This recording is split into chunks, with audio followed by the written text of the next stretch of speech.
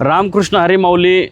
आपण माझ्या पाठीमागे बघू शकता राज्य सरकारने उभारलेला हा जर्मन हँगर हा टेंट आहे मोठा.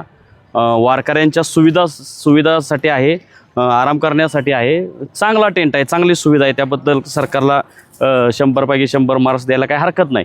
परंतु आपणा सगळ्यांना माहीत असेल की RSS आहे किंवा भाजप आहे. म्हणजे RSS ही एकदम विखारी किंवा अशी संघटना का म्हटलं जातं, तर ते कामं चांगलं करतात, वैयक्तिक लोकांना मदत करतात, त्यांच्या सुखदुःखामध्ये सहभागी होतात. परंतु हळूहळू ते धर्मांध विचारसुद्धा पेरतात. तर त्यानंतर खोटा इतिहास सांगतात. खोटा इतिहास सांगण्यामध्ये तर हे RSS हिंदुत्ववादी एकदम माहिर आहेत.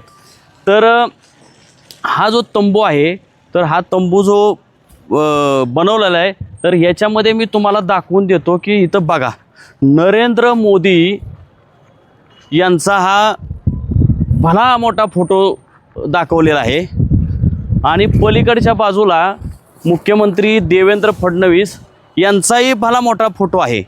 परंतु जे संत आहेत, संत सोपान काका महाराज यांचा फोटो मात्र छोटा दाखवला आहे. आणि असंच अन्य ठिकाणी सुद्धा, म्हणजे संत तुकाराम महाराजांचं असेल, मी इंदापूरमध्ये पाहिलं तर संत तुकाराम महाराजांना सुद्धा असं एका बाजूला नरेंद्र मोदी, दुसऱ्या बाजूला संत तुकाराम आणि तिसऱ्या बाजूला देवेंद्र फडणवीस. तर मुळात संत तुकारामांच्या बरोबरीने ह्या दोघांचे फोटो लावणे योग्य आहे का? किंवा संत सोपान काकांच्या बरोबरीने असे फोटो लावणं योग्य आहे का? या फोटोमध्ये तर सोपान काकांना छोटं दाखवलं आहे.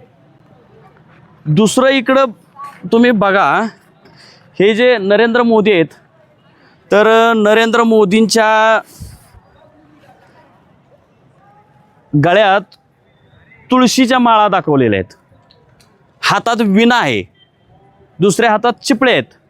आणि खाली